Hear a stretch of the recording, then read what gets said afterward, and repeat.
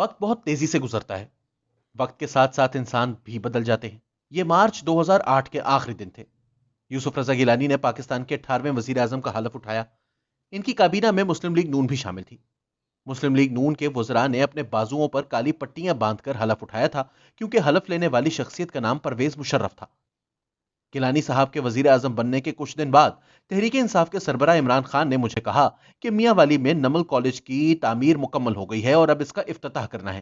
انہوں نے کہا کہ شوکت خانم کینسر ہسپتال کے لیے فنڈز اکٹھا کرنے کی مہم میں تم نے ہمیشہ حصہ لیا، اب ہم نمل کالج کے لیے بھی آپ سے ایک کام لینا چاہتے ہیں۔ میں نے بغیر کچھ پوچھے ہی اپنی خدمات پیش کر دی۔ خان صاحب نے کہا کہ ہم نمل کالج میں ایک بہت بڑی افتتاحی تقریب کا اہتمام کریں گے اور ہم چاہتے ہیں کہ آپ اس تقریب کی میزبانی کریں۔ میں فوراً راضی ہو گیا، لیکن یہی بات ختم نہیں ہوئی۔ عمران خان نے کہا کہ احسن اقبال وفاقی وزیر تعلیم بن چکے ہیں، انہیں بھی اس تقریب میں بلانا ہے۔ میں نے کہا کہ احسن اقبال کو اس تقریب میں لانا میری ذمہ داری ہے۔ یہ سن کر خان صاحب بہت خوش ہوئے۔ دوسرے ہی لمحے گویا ہوئے کہ وزیر اعظم یوسف رضا گیلانی بھی نمل کالج کی افتتاحی تقریب میں آ جائیں تو بہت اچھا ہوگا۔ میں نے کچھ سوچا اور عمران خان سے کہا کہ اس مقصد کے لیے آپ کو ایک تحریری دعوت نامہ تیار کرنا ہوگا۔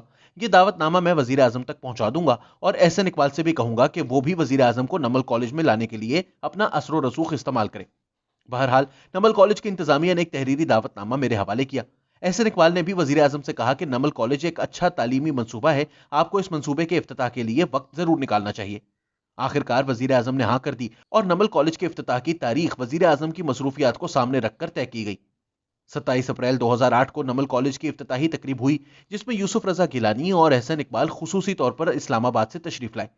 میں نے بطور میزبان دونوں کا بار بار شکریہ ادا کیا۔ اس دن عمران خان بھی عاجزی و انکساری کا مجسمہ بنے ہوئے تھے۔ وہ بار بار وزیر اعظم یوسف رضا گیلانی کو کہتے کہ میں آپ کا یہ احسان ساری زندگی نہیں بھولوں گا۔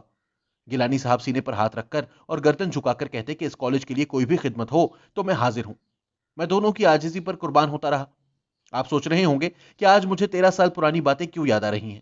یہ باتیں یاد آنے کی وجہ 6 مارچ 2021 کو وزیر اعظم عمران خان کی طرف سے پارلیمنٹ میں کی جانے والی تقریر ہے۔ اس دن عمران خان نے قومی اسمبلی سے اعتماد کا ووٹ حاصل کیا۔ اعتماد کا ووٹ لینے کی وجہ یہ تھی کہ 3 مارچ کو سینٹ کے الیکشن میں عمران خان کے امیدوار عبدالحفیظ شیخ کو یوسف رضا گیلانی نے 5 ووٹوں سے شکست دے دی۔ عمران خان اس شکست کو ہارس ٹریڈنگ کا نتیجہ قرار دے کر پہلے الیکشن کمیشن آف پاکستان پر سیخ پا ہوئے اور پھر 6 مارچ کو اعتماد کا ووٹ حاصل کر کے انہوں نے قومی اسمبلی میں ایک دھواں دھار تقریر کی۔ اس تقریر میں انہوں نے یوسف رضا گیلانی کو پاکستان کی تاریخ کا کرپٹ ترین انسان قرار دیا۔ نہ جانے وہ یہ کیوں بھول گئے کہ عبدالحفیظ شیخ اسی کرپٹ ترین انسان کی کابینہ میں وزیر خزانہ تھے۔ اگر وزیر اعظم کرپٹ تھا تو اس کا وزیر خزانہ ایماندار کیسے ہو گیا؟ آج کل عمران خان کی سیاست یہ ہے کہ جو ان کے ساتھ ہے وہ ایماندار ہے اور جو ان کے ساتھ نہیں وہ کرپٹ ہے۔ جس وقت وہ قومی اسمبلی میں اعتماد کا ووٹ حاصل کر رہے تھے، عین اسی وقت قومی اسمبلی کے باہر تحریک انصاف کے کارکن اور حامی اسی احسن اقبال پر جوتے برسا رہے تھے جو 13 سال قبل نمل کالج کی افتتاحی تقریب میں میرے توسط سے مدعو کیے گئے تھے۔ آج کی تحریک انصاف ایک برسر اقتدار پارٹی ہے۔ اس پارٹی کو وہی مقام حاصل ہے جو جنرل ایوب خان کے زمانے میں مسلم لیگ کنونشن اور جنرل پرویز مشرف کے زمانے میں مسلم لیگ کاف کو حاصل تھا۔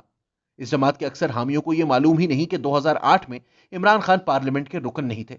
یوسف رضا گیلانی یا احسن اقبال کو ان کے ووٹ کی کوئی ضرورت نہیں تھی، لیکن یہ دونوں نیک نیتی سے نمل کالج کی افتتاحی تقریب میں شریک ہوئے۔